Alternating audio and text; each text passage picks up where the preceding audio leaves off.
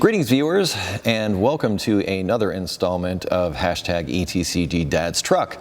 In this episode, I'm going to be covering the reinstallation of the interior components on this GMT 400. This is a 1990. I believe this information will also cover trucks all the way up through 94, so 89 through 94. I'm not sure how much the interior changed after that, but know that the biggest fight you'll have is with A-pillar stuff whenever dealing with the interior trim on one of these trucks. Now, I didn't necessarily cover in detail the disassembly, but I do talk about some of the things that I ran into during the disassembly and show you some of the things to avoid and some of the things that you might be able to do when working with the interior on your GMT 400. Or if you just like watching these videos, great. There's links to the previous and also the next video in the series right at the top of the description. But let me stop talking so that you can get to watching the action already in progress. So take it away, Eric. I love saying that. So what are we doing today? Well, I figured I'd start with the roof and work my way down. I have insulation for that roof. I have a new headliner that I'm going to install. Why don't we get to that? My new headliner comes with new Velcro. I don't know if this is clipped on there or what. Yeah, it's plastic clips, so I'm going to have to get something to pry that off of there with, but that's getting replaced, so let's get that off of there. This is what I'm going to use underneath the headliner. I did the same thing on the Ford. I was very happy with the result, and given that it's a truck, it's not going to take much. And given that my new headliner is also plastic, that I mentioned that, I didn't realize that until after I ordered it. But it's the right color, and I know it's not going to sag down on me anymore. And if I want to, I can go back with the old headliner and put new fabric on it and stick that back up in here. I saved those little Velcro strips. For now, let's just go with what we got. We don't have a lot of time. Let's get this out of the box. I'm not going to be using all of it, because like I said, it's made for a much bigger opening or space. You know, even when you're not here, I talk to myself. I think it's important you know that. I want to leave some room in the front for the headliner to be able to in here. It's like I got it 28 inches, and that'll avoid all the inserts and stuff, but still a good chunk of it up there. If only I had some room to work. Who's got all this clutter everywhere? God.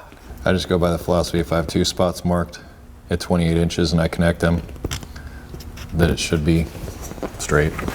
Eastwood is not rated for like putting stuff on your ceiling or anything unless it's this stuff.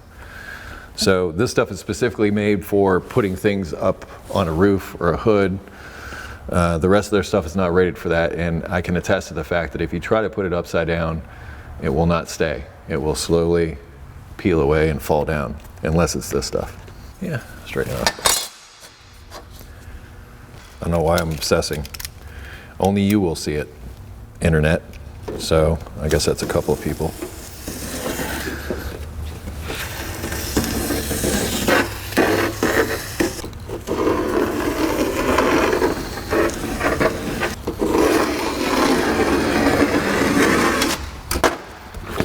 I'm thinking I want to do a little trimming. This will help me keep a straightness to it, but it does need a little bit of a roundness to it. And I almost think I want to leave a little bit more on the edge because of the Velcro that's on the end of that headliner.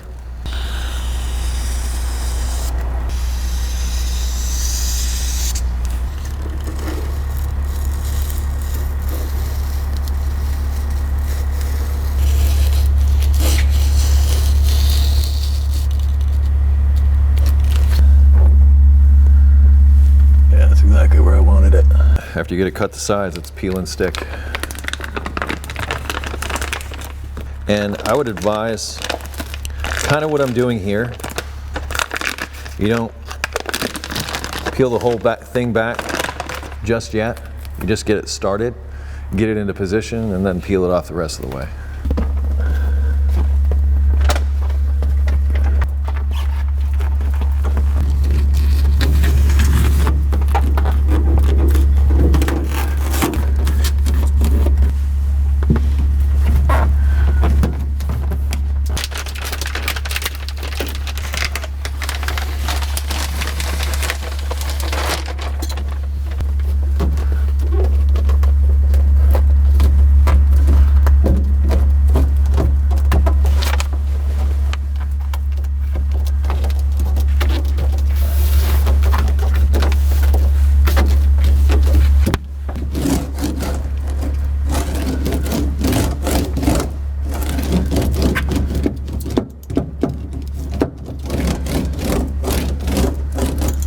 I should have done this before, but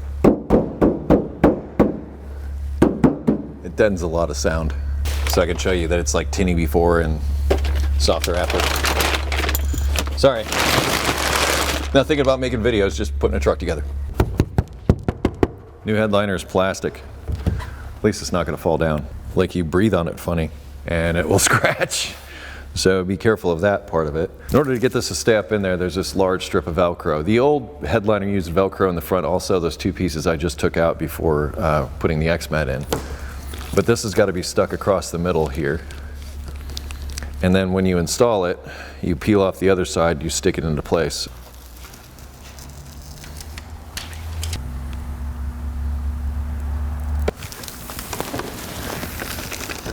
Brian and I are going to attempt to install the headliner now. I've already removed the adhesive on this. I'm going to locate things using these holes for the sun visors, which also hold the headliner up, so it's not just this Velcro. But apparently this thing is really fragile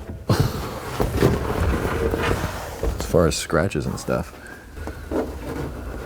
I'm good over here. I'm happy with that.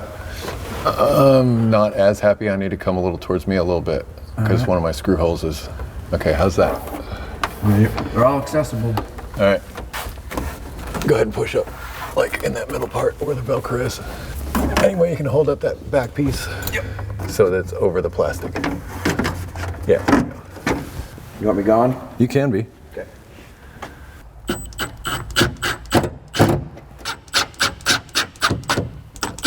I sure hope that that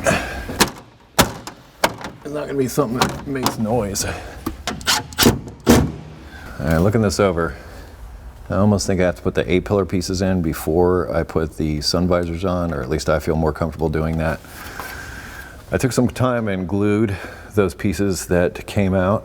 They're probably only going to be one-time use now, but on both sides I went and glued those pieces back in there so that, yeah, they might hold it up in there. These were difficult to get out. Hopefully they go in easier. I imagine they put these in before the dash, because they're all like, we're the factory. We do whatever we want. Down in there. I want to make sure it gets in its hole.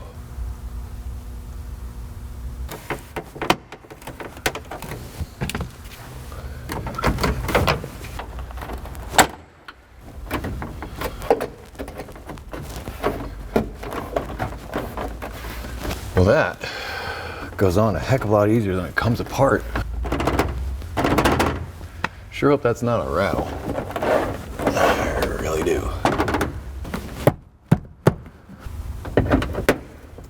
Them holes are not perfect. It does look 1,000 times better than it used to, but yeah, for a $220 headliner, I think it does the job, but it could be better.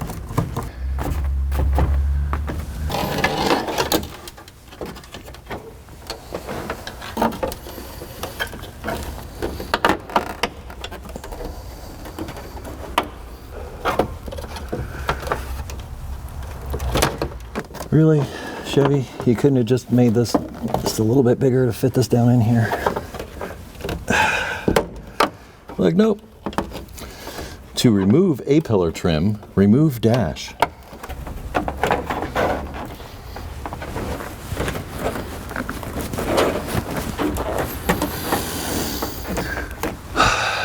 A-pillar trim on Chevy trucks. Be prepared to fight.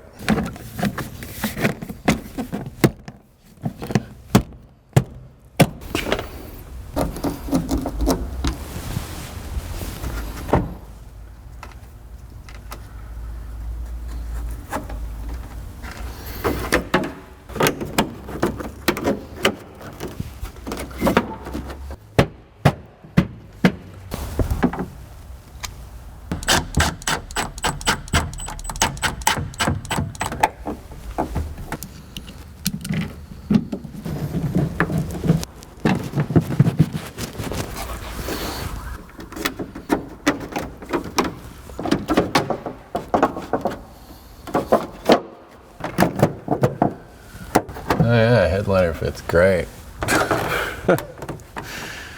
Like any good aftermarket headliner part should. The GM built adjustability into those clips. Smart. When your manufacturing tolerances are, whatever.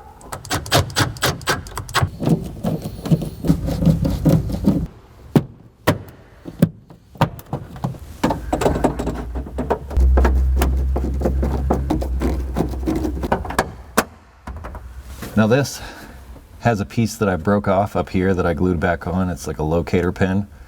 So in other words, when this goes on, it's got to go down and then in. When it comes off, it comes out and then up.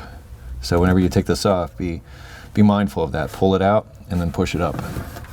When you put it on, push it down and then push it in.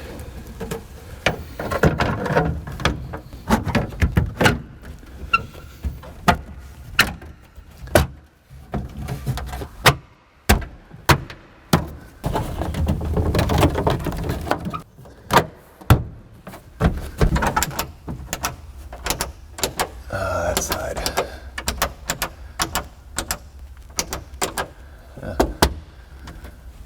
I think that bulb is probably gone. And that will conclude the interior installation, or I should say the interior trim installation on my GMT 400 truck.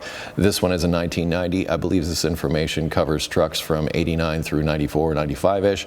After that, I'm not so sure if it's as specific or as helpful to you.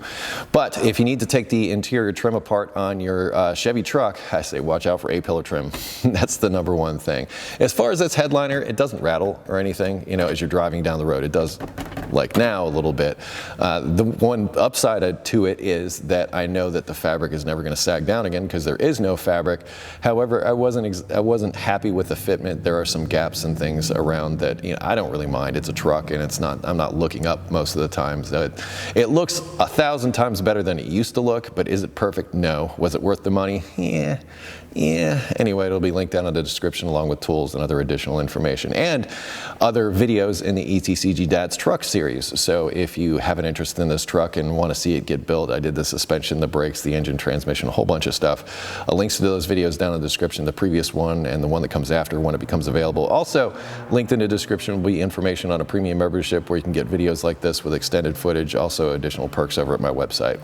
All linked down in the description. Also, if you have automotive questions not covered in this video, there will be a link to EricTheCarGuy.com, which has a bunch of information on how to help you with other issues not covered in this video. Be safe, have fun, stay dirty. Thank you so much for watching. Be sure to like, comment, and subscribe. I really appreciate that stuff, and I will see you next time.